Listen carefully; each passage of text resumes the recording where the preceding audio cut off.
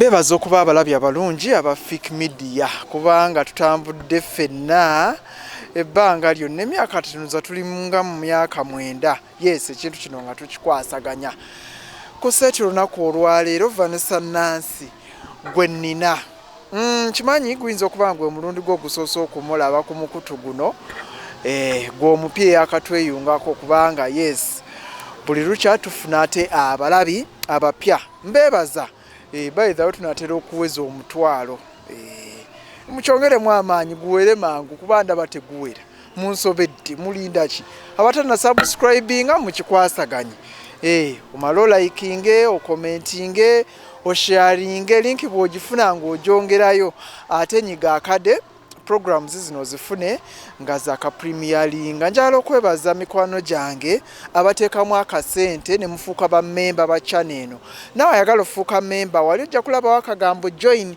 bono okatapinga mu bajja kuleetera page kosasulira biba bya credit card gwalina visa debit card osobola okubeera nga ogikozesa akasente ako ne bakajjako ku account yo ate ne kadde waffe ne kabeera nga katuyambako ofuuka member nemba nga nina byenteekayo ate bali abalabi tasobola kubeera nga balaba naye gwayagala okulaba Vanessa Nansy kuba olwaleero tuzze kwogera ku music omupya kasookedde nga tuwayamu ku mulundi guli wayiseewo ndowooza ng'omwaka gumu n'okusoba yes like 1 year n'okusoba kati osobola okuscrollinga wansi n'olaba gw'ataasobola kulaba gye nvudde wa Nansy n'obeera nga ate omutegeera bulungi nnyo nnyini ddala Nansy nsanyusa okukusinkana nateera nange ndi musanyufu nnyo okuddamu okusinkana Fik Media gyebali gy'otuusaako engalo gye ntuusaako engalo ngikwasaganya ne gye ntuusaako omumwa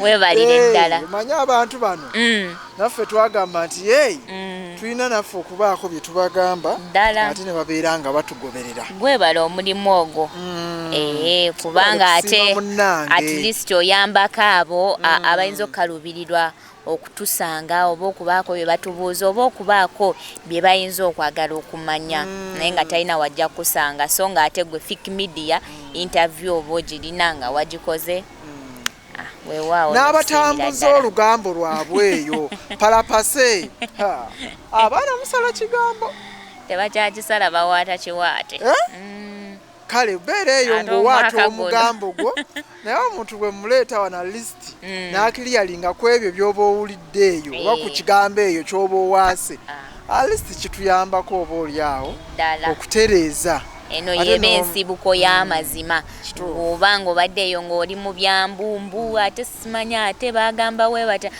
kati amazima oba ogajja bagamba ogajja mu kamwa gaki kamwa kaki nyinigo oba ogajja from the horse's mouth yes ne horse ebeera ki ndogoyi ndogoyi eddonki oba mbalaasi no mbalaasi wamma Nandolaavu gye yayimbako kituufu kale sooka obambuulizeeko naddala abakulaba omulundi ogusooka oddemu oba eyanjulire mbalamusizaako mwenna abalabi ba Fik Media amanya nze Vanessa Nansy nga ndi wano omulundi gwakubiri naye gwe omulundi gwe ogusoosa okundaba naawe nsanyusa okukulabako amanya bamuta Vanessa Nansy ndi mukyala muyimbi osobola okunoonyako ku social media handles zange zonna gega amanya genkozesa Vanessa Nansy official okitegeera ekiwala ekito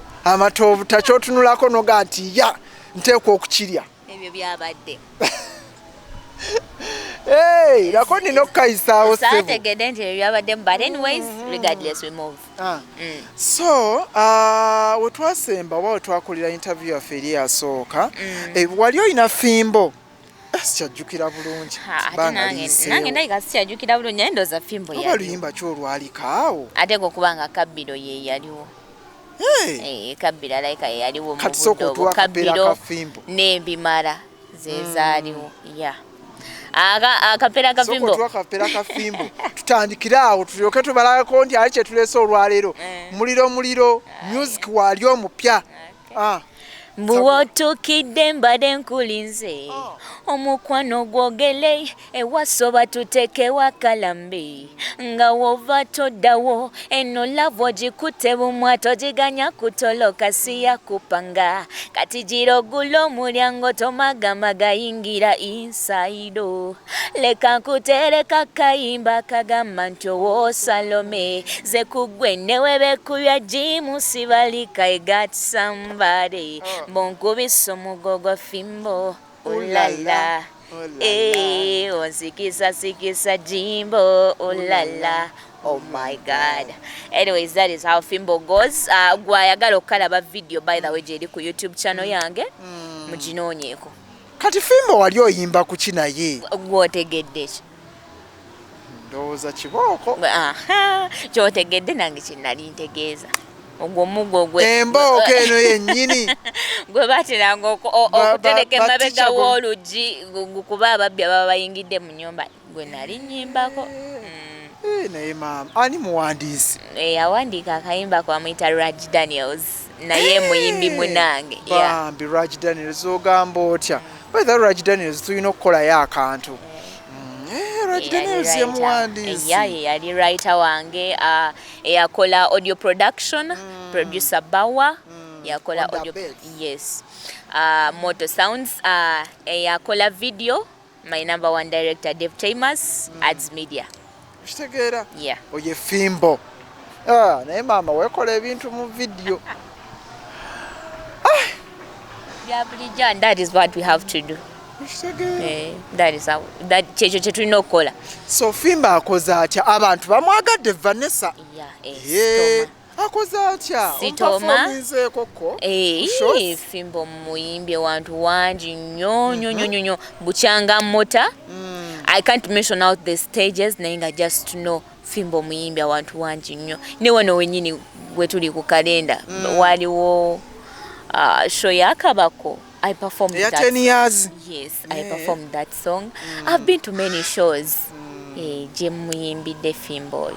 Naye ng'akoze bulungi, njagala okubeebaza abawagizi bange nti mwebale nnyo obuwagizi bwe mumpa. Nsaba muleme kunkoowa ate munyongere bwongezi kumpagira muwerokaminge buli kimu kye mba mbaleetedde because just as I promised you last time nga ndi ne Fik Media nti ate byengenda okubaleetera kugenda kuba muliro omwereere.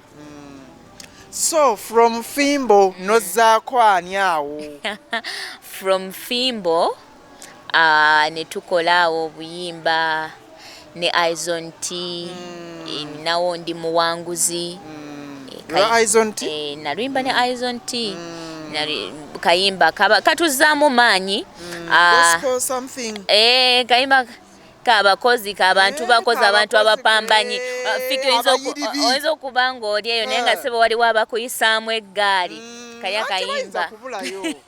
Kali akayimba kakuzaamu buzamaanyi kagamba nzaaba fitina nkyabalumya nkyakola ebibaluma nze mukyandaba nnyonnyo nga nnyumirwa obulamu tinkyapostinga nnyonnyo nga nnyongedde onyirira nze mukyandaba nnyonnyo nga levo yewanise ze nnina Katonda ateme kuba watali kubo omukisa ogwange bwogala oluggi guyita mu ddinisa gwe akuwalana mugambe ndi muwanguzi gundi tonsobola nze akulemesa mugambe nti gundi tonsobola akuloga mugambe nti gundi tonsobola owenugu mugambe ndi muwanguzi gundi tonsobola.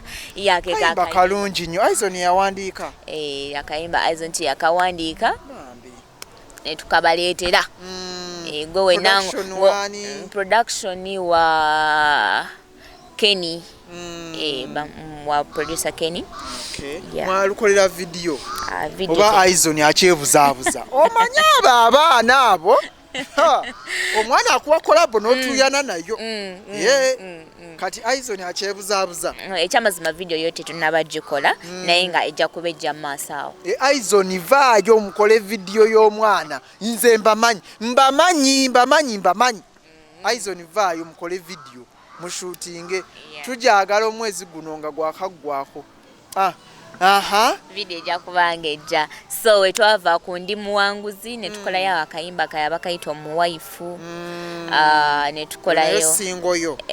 Najikola ne eyes on still. Yawandiika era. Twakawandiika ffenna by the akayimba ako. Still producer yali Ken. Akagenda we kati.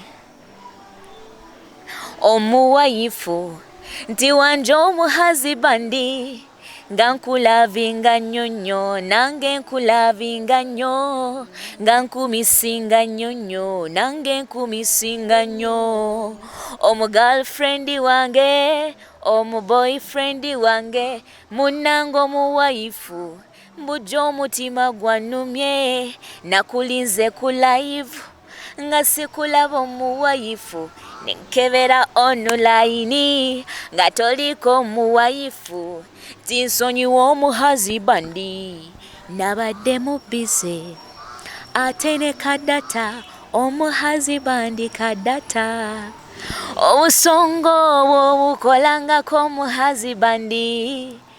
That is how it goes. Lwaki mwatabika ennimi? Lulimi oluliko olulimi lw'abaagalana. Katikkiro yatugaana okutabika ennimi. Yimba Oluganda nti omusajja nti omukyala. Mutabika ennimi omuwaifu omuhusband omugirlfriend omuboyfriend. Noyo nakyo kika kya art. Kuba ate oyinza osanga tuba dukola mu lulimi lumu twandibadde nga tulina target audience etya emu at least atategeera Luganda n'ategeeramu ekigambo mu boyfriend. Nayo video tenajja. Video naye tetunabagikola. Eyes on it nkikugambidde wano.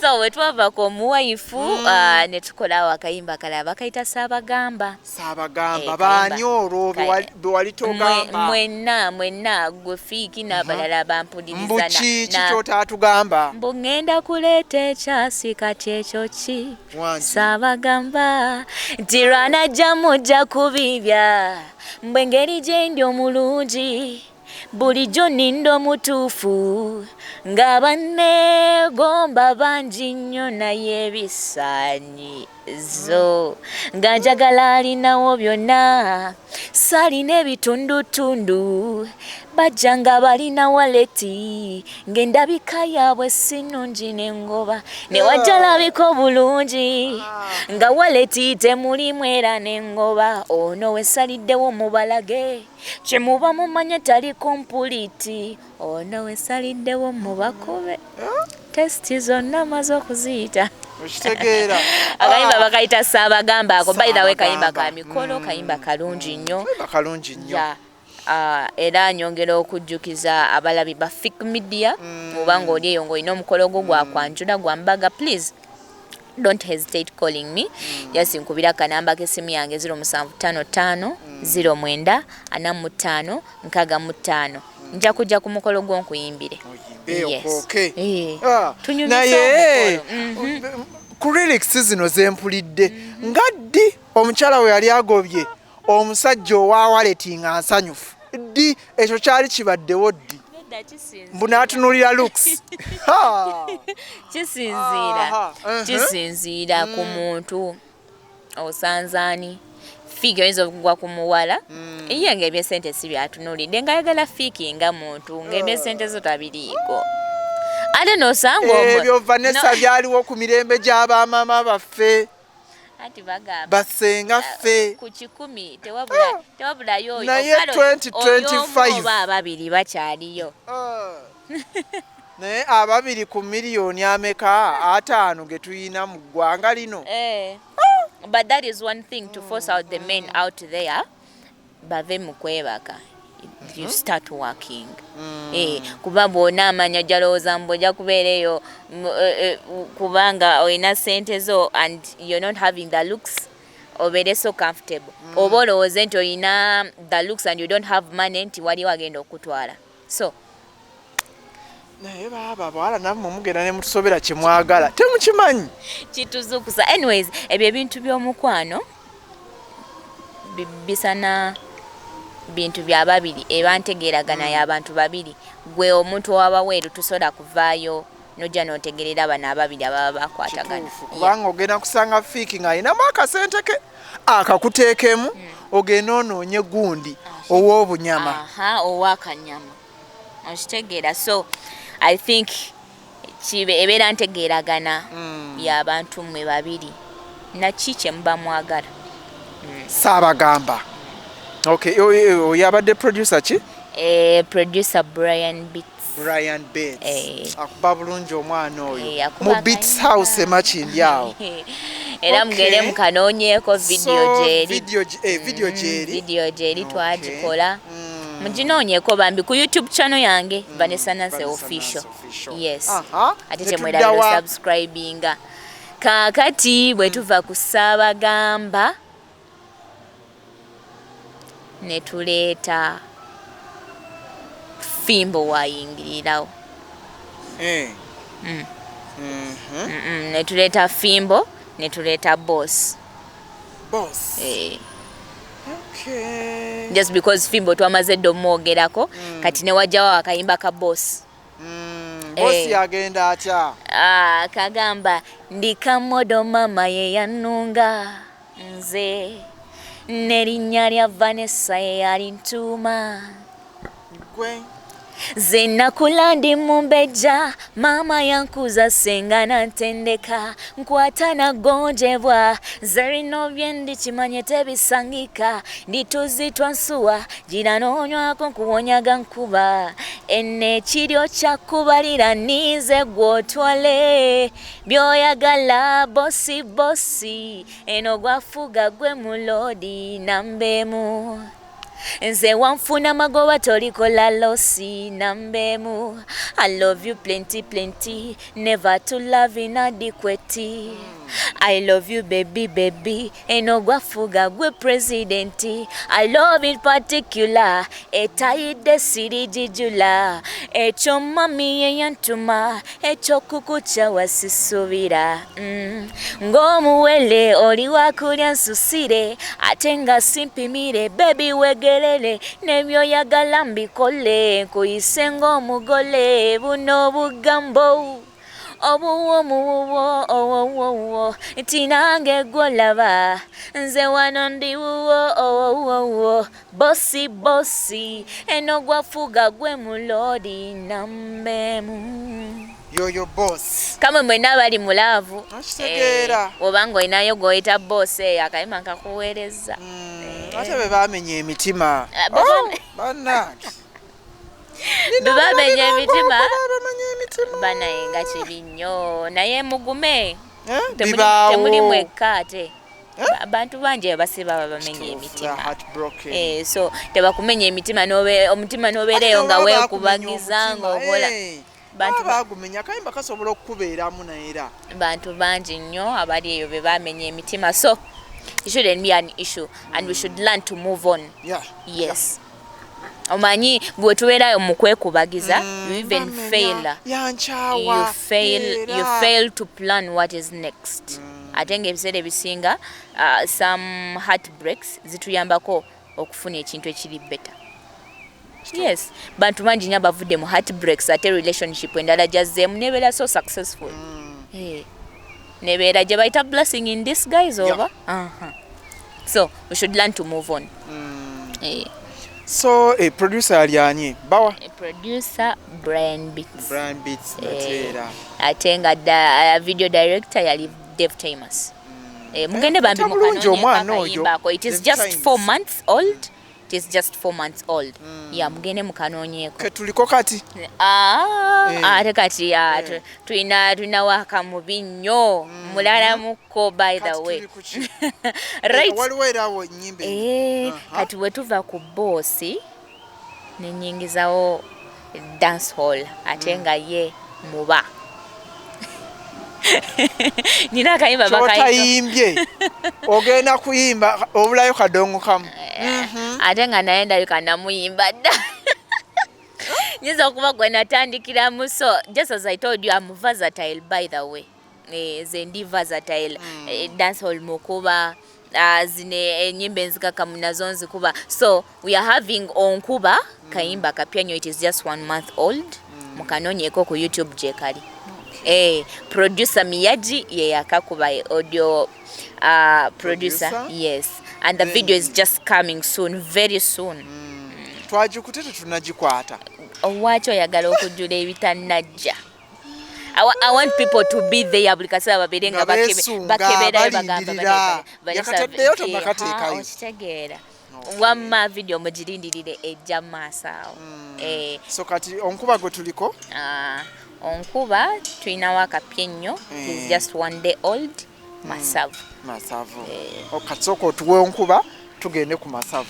Mbwetali chabula chazoka mgato size gwe wantoka kasamba lyanda nga Ronaldo gusamba chenda se osana Lamborghini limousine obugonvu boliko si idamini olipana dogo medicine onkoza kasusula basikini Muwatakude omukwano gwasasulude se watagulude beyogela maliliza pulideze nempitaba se wanji onkuba ngamasanyalaze munkuba wanji onkuba okira kotwenge muchupa. Your dance hall. Tosaga ogera neraga nogenda mukuba. By the way ove mulaga ode mukadonkamu oveyo ode murege bamadokiso baliyo asta ezo natujazi kuba nze mbabuulira just muteeke waga katuli ku Masavu. Tuli ku Masavu. Oli kugada agagundi ge yayimba agosha oba agago gaawukana mukko. Mubi w'omwandika bisika njuki ndikatefu wonye nambachi ezikuzinira date newe bapate be you control me unanipenda kugeza kukasimbike nalonda bwekiba kigoma diya manya watula bwetuba tuzibo wayenze yasunda ze you give me vibes of my baby kabane sibe kondi bagamba bali zendi baby wa somebody say gano Masavu byolina Masavu byolina Masavu gano Masavu love yeno kapo trouble Masavu mbinyo anyways nayo mujinonyeko kweri ku YouTube channel yange and just have nga wembagambye videos zigena kuba zijja very soon. Amaaso gababeere ku YouTube channel yo buli kaseera kigenda kuba nga kikkakatako buli nako keberayo video yafulumye video yagitaddeyo video oshitegedde. Anyways, when you visit my YouTube channel, don't forget to subscribe. Bomalo subscribinga akadde kakonemu so that gwabeera omu kubasokola ba videos singa mbanstadde okufuna notifications. Okay, so oyo naye brand beat still. Oyo Miyaji yawandika n'onkuba. Yawandika ya producing onkuba. Yes, Miyaji. but the writer bamuyita Shaba Theories. Okay. Yes. Era yawandika zombi. Okay. Shaba, shoutouts. Thanks for the lyrics. Dance hall tumuwulira ayina omuyimbi n'amutuulamu ayina producer n'akola ogugwe engoma n'agituuza bulungi nnyo ku maloboozi. Kale tweyanziza nnyo tweyanzeege bannaye buli stakeholder mu industry eno kubanga gwe omwagizi waffe olaba muyimbi ono kuba gwe gw'olaba ku screen era eddoboozi lye lyowulira mu matu era gw'olaba kuki mu video naye abantu abangi nnyo eno mu ffumbiro manager abeerawo video director abeerawo okukwata ekyo ekifaananyi ekirungi ati video yawoomi yampomedde bulungi nagiraba bulungi ku YouTube. Audio alina okuba nga yali mulungi of course kubanga ate audio bw'abeera omubi ate era video tejja kunyumira gwe omulabi waffe kitegeera.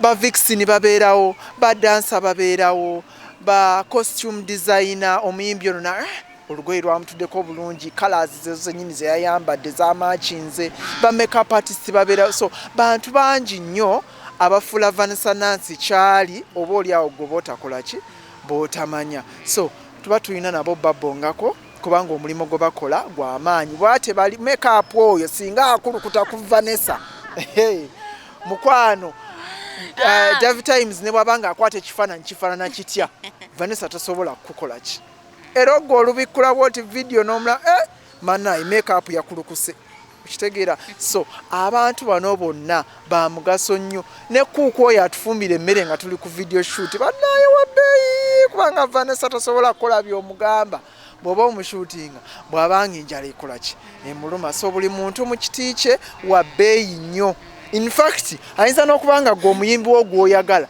nga yasingayo n'okubeera kaŋŋamba owa layisi mu mbeera eyo nga bano bonna abeetoolerako waako oyo yenna betusinga okwetaaga oba okitegeera kale. But anyways, big shout outs to my manager, Ray Music. Bana, thank you so much. Nsaba mukama kumpeera ekyosinga okwagala. Yeah, mu buli mbeera yonna. Let me tell you, kintu kuzimba muyimbi gye gimu ku mirimu egisinga obuzibu. Kyetaaga okwewaayo kungi because omuyimbi yeetaaga obudde. And you know, obudde buli eddakiika ekuyitako eba tekyadda. So omuntu eyeewaayo okuba nti waali alabe nti gwe Vanessa Nansy ogenda mu maaso, you shine out there, aba waddala. So big shout outs to Ray Management. Thank you so much, Ray Music.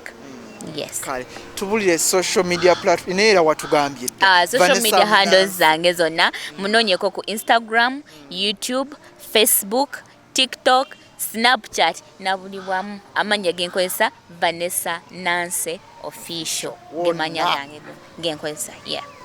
Ne namba wagituwadde naye namba y'essimu gwe wenna neetaaze okuyimbira ku mukolo gwo. Oyinza okuba nga oli event organizer nga tolina mukolo gino mbaga kwanjula naye ng'olina shoyo ng'oyaga Vanessa Nansy ajja kuyimbireko. Namba y'essimu eri 0755 09 45 65 0755 09 4565. Vanessa Nansy oba omufuna ojja kubanga omufuna bulungi nnyo nnyini ddala n'akasemberayo ddala emiwendo giri wansi emiwendo gyo tujja kubanga tuteesaganya siyinza kulemesa fani wange azze kunsapootinga sobola kumulenga nnyo sente ate zimulemesa. Akasemberayo ddala bana embeebaza okumpagira mwebale nnyo mwebalire ddala. Yes. Okubanga ntuuse wano wendi mbeebaza nnyo mbeebayiza ddala ate era nga mbasaba mwongere okumpagira mu music omupya ono gwendi mu kuleeta. I really need your support banange, sawa mwongere okumpagira. Thank you.